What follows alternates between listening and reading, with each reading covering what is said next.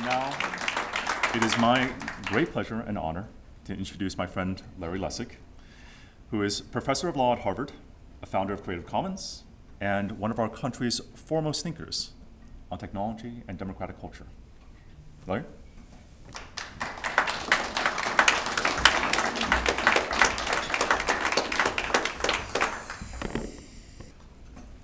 So I'm sure that when Josh asked me to come keynote this incredibly important event, he hoped that I would talk about this challenge of public AI as hard, as important, but as something we could have some hope for. And I worked hard, really hard, to meet the objective that I imagined Josh gave me, but I'm afraid I'm going to just have to put aside hope for a moment and instead get you to see how I see just why this is so hard and so important. Because I agree with Josh. I love the framing that we need to think about how to incentivize a new ecology to complement the private ecology of AI that's going on right now. But as an old guy, maybe the oldest in the room, I don't know, I can't see well because I'm so old. I think we need to stand back and learn something from what has happened so far in the evolution of technology inside of our society, at least over the last 30 years. Web 1, Web 2, Web 3, I don't know which web you want to talk about. At least learn how not to repeat the same mistakes that we made in that other context. If we could at least not repeat the same mistakes, that's a reason to at least work hard on this important project. That's my bid. That bid is very different from hope, but it's all I have to offer you today. Okay, so let's start with how I want to think about, or I want to talk about, what we're going to call AI. Many think about AI in this really dramatic sci-fi way. I want to talk about it and think about it in the most boring way possible, not sci-fi way. I want to think about it as just a kind of tool, a capacity, power. And the first question we could ask is public AI's capacity to make sure that the public has access to that tool, to that capacity, to that power. Because the public needs AI's capacity to do public things.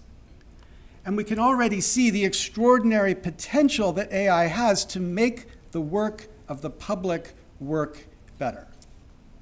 In my field, in the law, we can see the extraordinary capacity to do law more efficiently, more cheaply, more effectively, spreading the rule of law widely.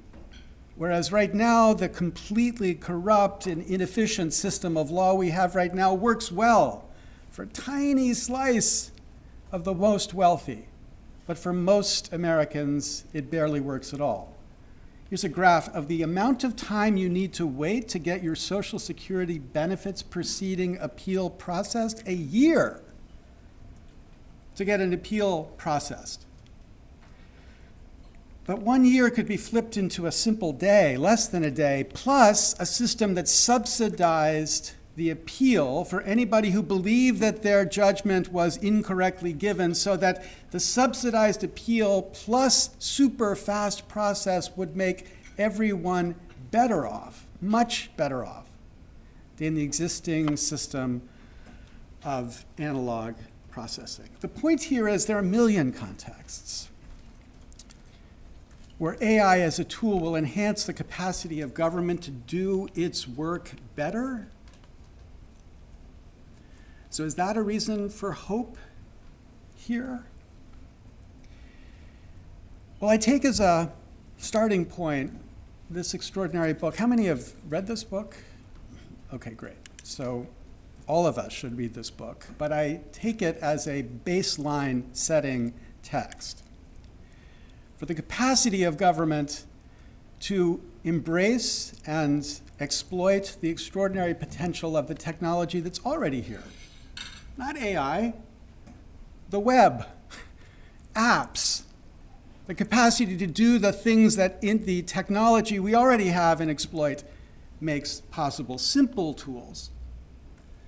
But as her book demonstrates, we have, in fact, a kind of general failure to exploit even these simple tools because of insufficient investment, no doubt, because of bad development strategies, no doubt.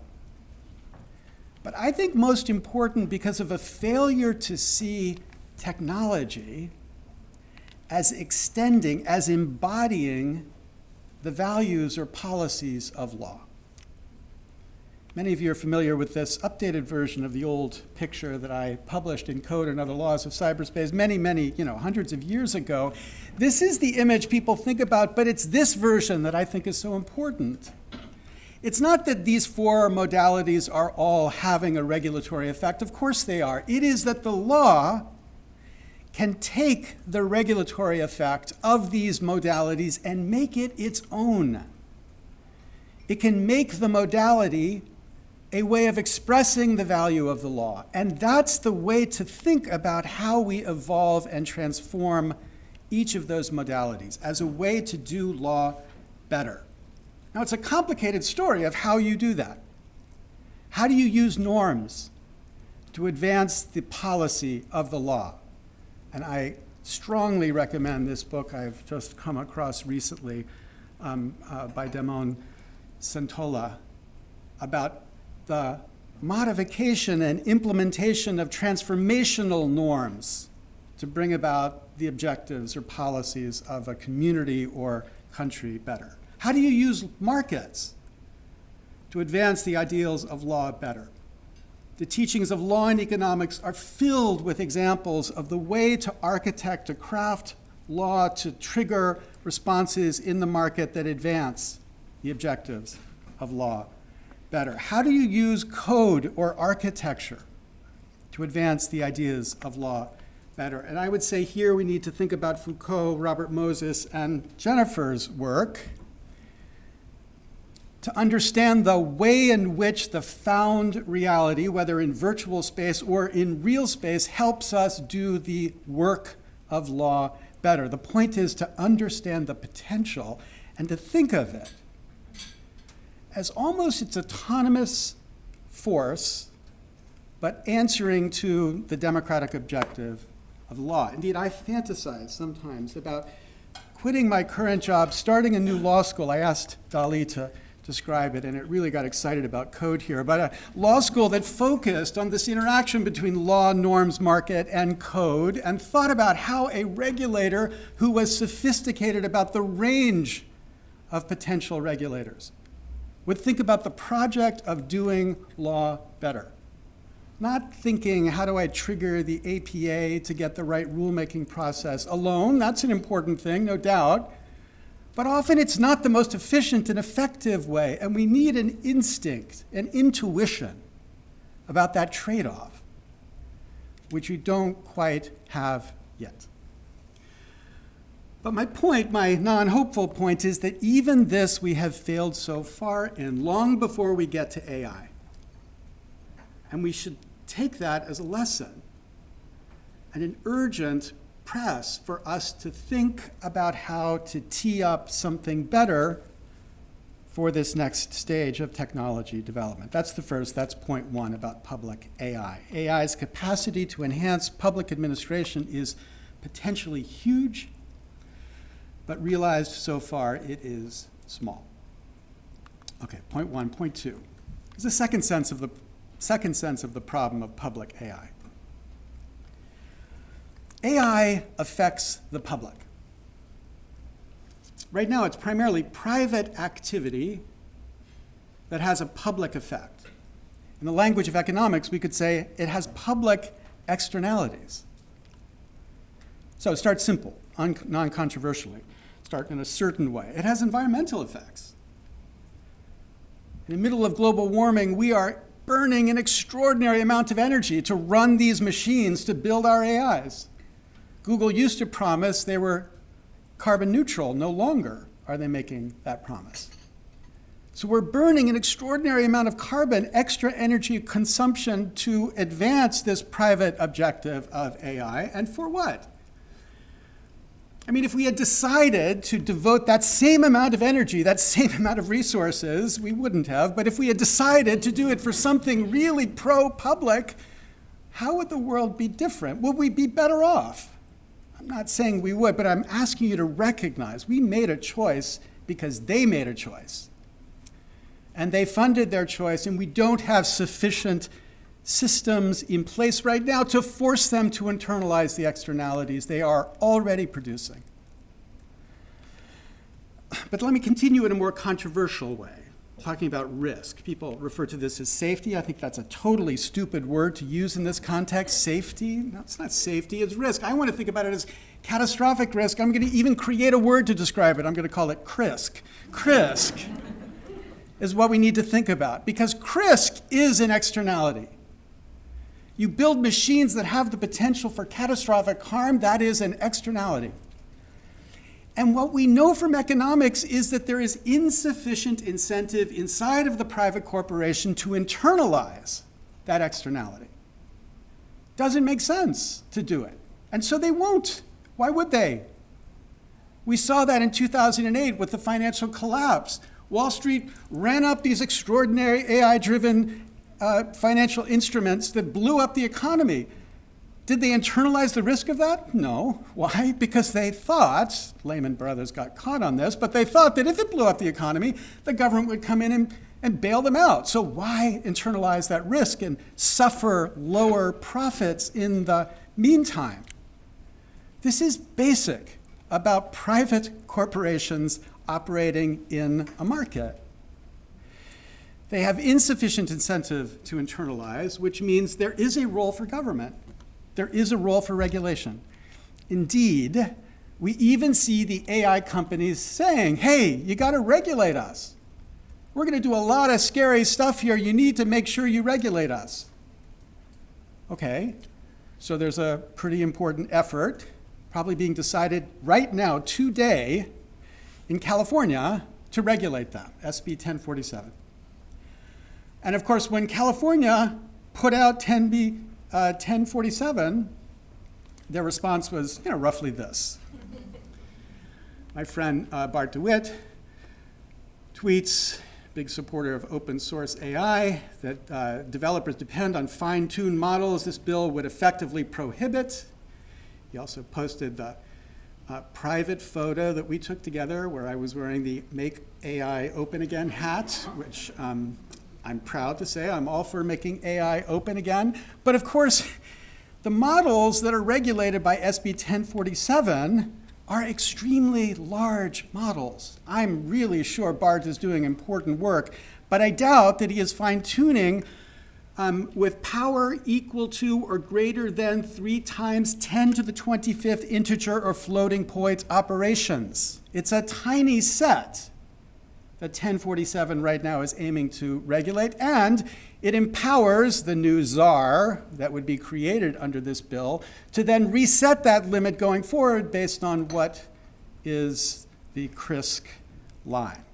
Or Andrew Ng says, 1047 is a long, complex bill. Oh my God, it's 22 pages long. It might be the shortest, it might be the simplest of all the AI bills that are out there right now. It is so completely not a long, complex bill. And then people say, well, we got regulatory capture here. Okay, you mean by proprietary AI against open source AI? And I put that in quotes because any license that says you will not use the Llama materials or any outputs or results of the Llama materials to improve any other large language model, excluding Meta, of course, that is not an open source license, period. So it's a, quote, open source license, fine. But is it that we've got proprietary going against open source, and that's what this statute is? No, not really, because the statute, 1047, expressly excludes open source models once the open source developer no longer has control over them. So it puts the developer in the same position as the proprietary model. Okay, regulatory capture by big AI. Well, again, Not really, because these guys are the opponents, pushing as hard as they can to stop the bill today in California or to get the governor to veto it. Instead, the regulatory capture that's alleged here is by this cabal of dangerous souls known as the effective altruists. These guys, basically Sam Bankman-Fried, who from his jail cell is alleged to be manipulating the California legislature to get them to pass this bill to protect us from this. And this, they say, is the regulatory capture. And of course, here's a perfect example where the mean says it better than any argument could. Then we created a conspiracy theory that tiny AI safety nonprofits are the ones doing the lobbying to assure this bill passes. Okay, my point is this is not perfect. No bill is perfect. The problem is not the bill. The problem is the process. It is a corrupted, captured process for sure, but it's not being captured by tiny AI safety nonprofits. And then the bigger point is, okay, even with this critical risk, we are failing to be able to step up to do anything to internalize these potential externalities, to overcome the bias against regulation, which screams from the top of its lungs everywhere west of Nevada. Okay, second point, third point. So what should we be doing then affirmatively to support the project of public AI? As articulated beautifully in the document I think all of us got before we came, identifying ideals and strategies going forward. I would say first point to recognize is just how short time is to begin to develop and articulate this vision. I was thinking that the last book I wrote about the internet or intellectual property, I published actually before the business model of the internet was clear. The business model of engagement, of using AI to optimize, to maximize engagement by the users of the internet. Once that became the business model, once that happened, there was no resisting what these companies would do. Because it was such an extraordinarily profitable business model, they were going to bend as much as they could towards the end of maximizing profit under that business model. I had the honor to represent Frances Haugen when she became the Facebook whistleblower. And if you go through the Facebook files, there are any number of examples of great engineers inside of Facebook bringing to management strategies for minimizing the harm of that platform. But every time those strategies were a conflict between engagement and safety, engagement won every single time. They adopt a whatever it takes to maximize engagement, which is explained by the business model or by one of the greatest comedians. We used to colonize the land. That was the thing you could expand into, and that's where money was to be made. We colonized the entire earth. There was no other place for the businesses and capitalism to expand into, and then they realized human attention, that they are now trying to colonize every minute of your life. That is what these people are trying to do. Every single free moment you have is a moment you could be looking at your phone and they could be gathering information to target ads at you. But that's what's happening. So like as much as we can, as have really good conversations and try to humanize the conversations, the mechanism of the business is rolling towards that just because of the market. So it's coming. It's coming. Winter is coming. Whatever it takes. And then whatever it takes gets justified. This is one of the most extraordinary memos I think I've read from Facebook. Andrew Bosworth, who's one of the most senior executives at Facebook, just before 2020, wrote this memo to the whole staff discussing the upcoming election because, of course, many were very fearful that it was going to repeat what happened in 2016, where many believed Facebook played a critical role in electing Donald Trump. And in this memo, at the end, he talks about this book, Salt, Sugar, Fat, by Michael Moss. And basically the story of salt, sugar, fat is how these processed food companies increasingly recognized their product was harming their customers. It was poisonous to their customers. And some of these companies, like Kraft, began to have executives who said, let's stop making poisonous food and instead make food that's healthy for our customers. So we'll create this kind of processed food, but healthy processed food. So they did that. And of course, nobody liked it. So the Kraft business collapsed around these foods. And very quickly, those executives were thrown out. And old executives came back and returned to the old ways of producing poisonous processed food. Bosworth points to that story to respond to the suggestion that maybe Facebook should be doing something to make sure that it's not spreading poisonous information inside of the information ecosystem, at least in the context of a critical national election. And this is what he says. What I expect people will find is that the algorithms are primarily exposing the desires of humanity itself, for better or worse. This is a sugar, salt, fat problem. The book of that name tells a story ostensibly about food, but in reality about the limited effectiveness of, quote, corporate paternalism. It's paternalism to not hurt people. That's what that says. A while ago, Kraft Food had a leader who tried to reduce the sugar they sold in the interest of consumer health, but customers wanted sugar. So instead, they just ended up reducing Kraft market share. Health outcomes didn't improve. The CEO lost his job. The new CEO introduced quadruple stuffed Oreos, and the company returned to grace. Giving people tools to make their own decisions is good, but trying to force decisions upon them rarely works for them. And he said for you, by which he meant for Facebook. So here it was. We can't do anything. We just give the public what the public wants, and if that's what the public wants and it's harmful to them, it's not our problem. This is not surprising. Corporations are AIs. They are analog AIs. They come with an objective function built in. The objective function is to make money.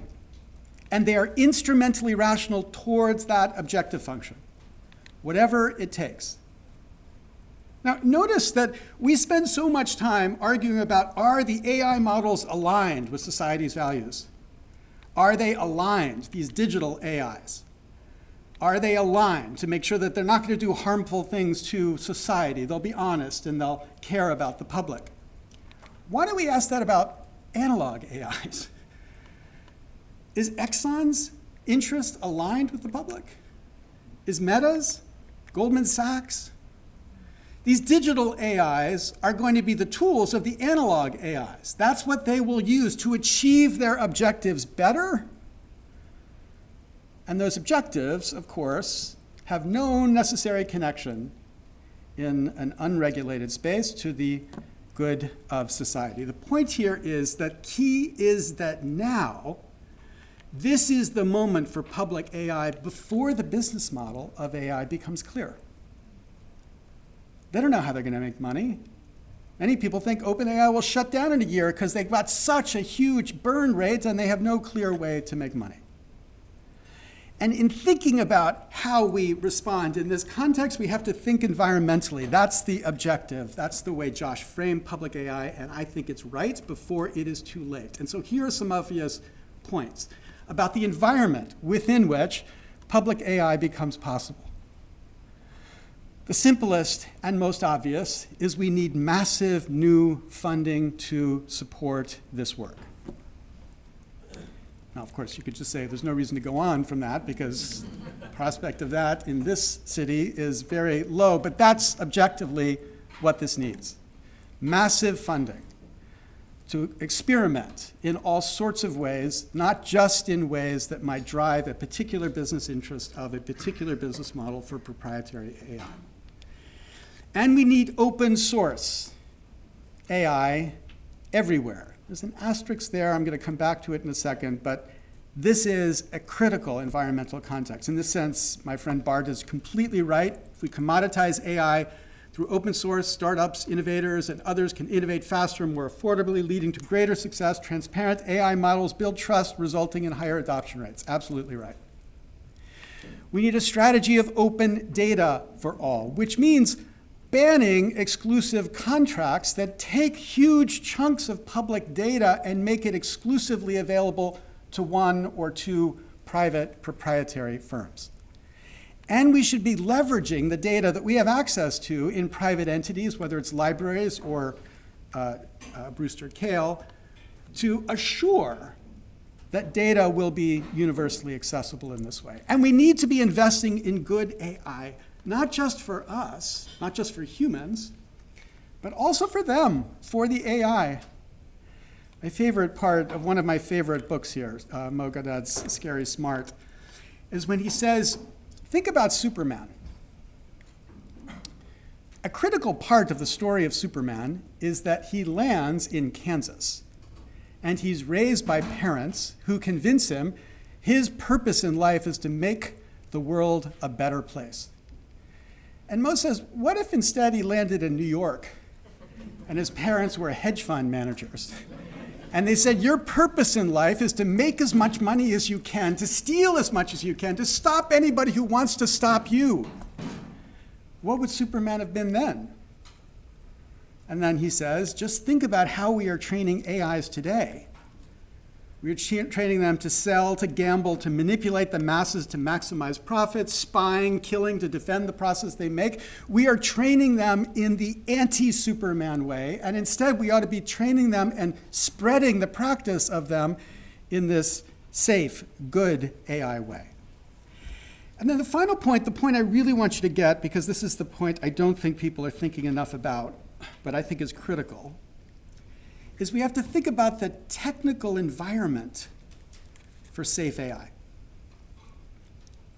So the asterisk that I put around open source AI is an asterisk that recognizes what I think of as a legitimate point, that at some capacity, at some level, some power, open source AI triggers concerns, risk concerns. And this is the standard shtick against open source AI, that the loss of control risks are huge.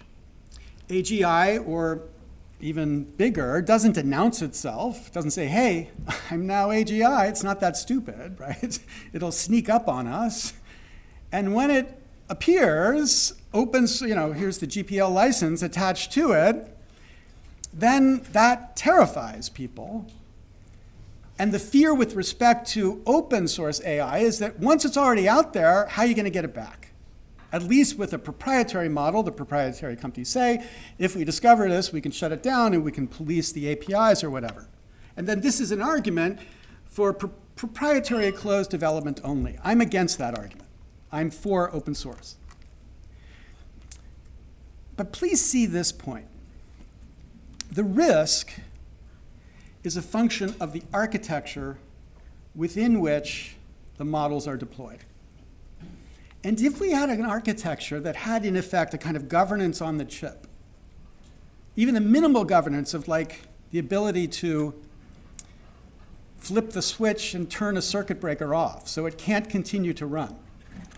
If we had even that minimal architecture, the risk would be minimized.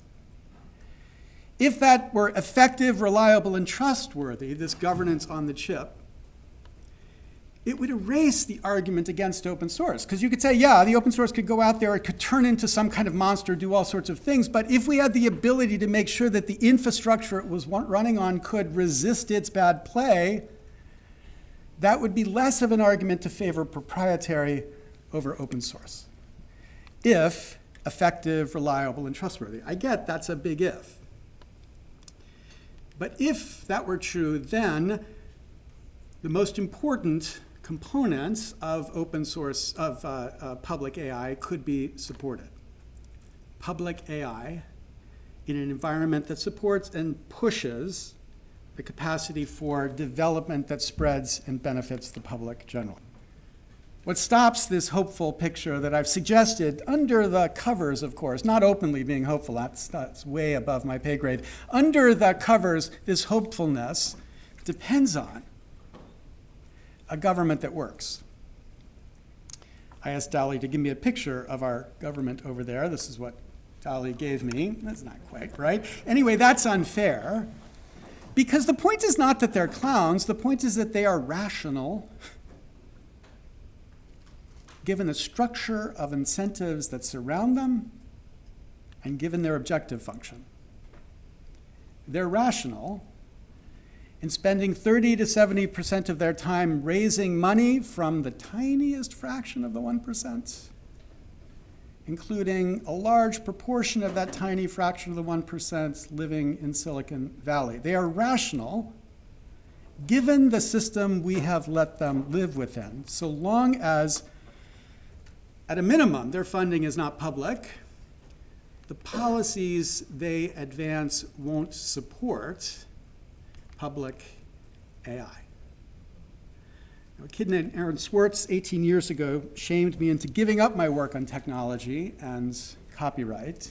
He'd be really angry to see me speaking here. To take up the fight to end this corruption. And I got to say, I got a lot more work to do. But you should help that one too.